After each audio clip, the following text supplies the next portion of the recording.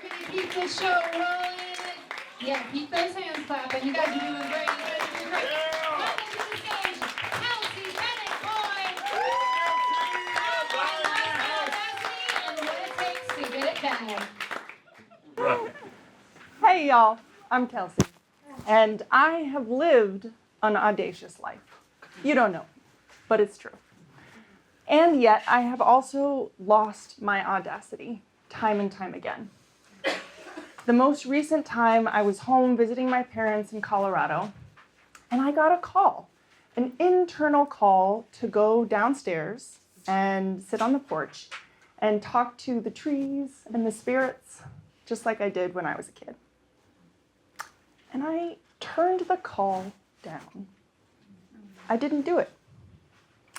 The question is why?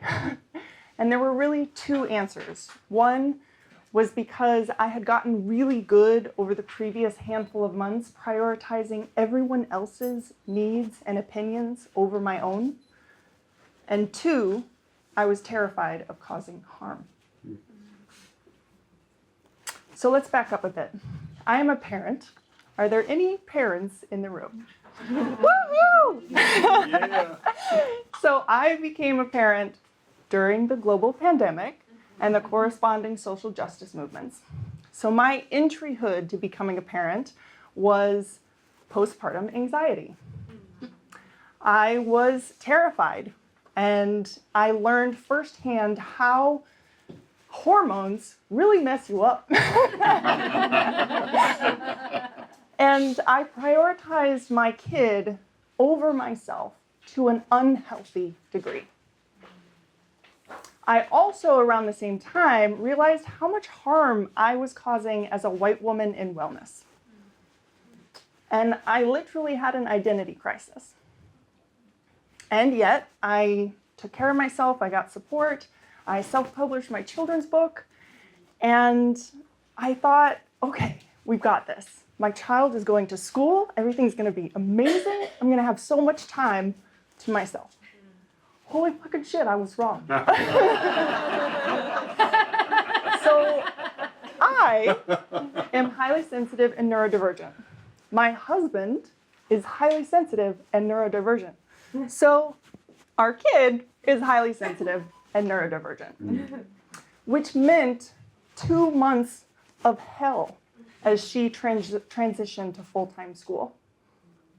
My mom guilt went through the roof. And my childhood traumas were like, hey girl, should we prioritize everyone else above us? Great, let's do that, because that'll keep us safe. Simultaneously, we began to become aware of multiple genocides funded by our tax dollars.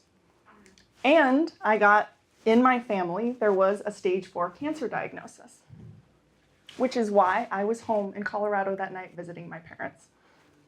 So it makes sense that I turned down the call that night.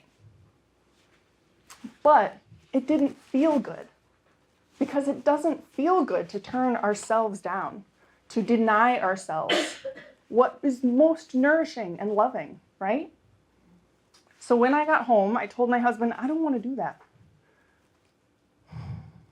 So I started to heed the fucking calls. Woo! They led me here on my birthday.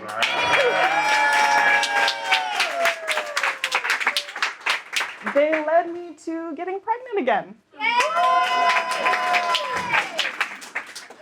They led me to small things like doing yoga every day and getting out in nature more, right?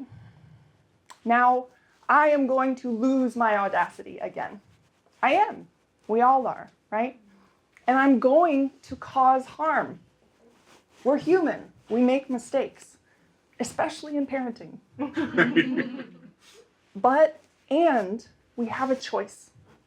We can choose to show up for ourselves. We can choose to heal. We can choose to grow. We can choose to face the harm and do something about it. So my question for you is, what's your choice?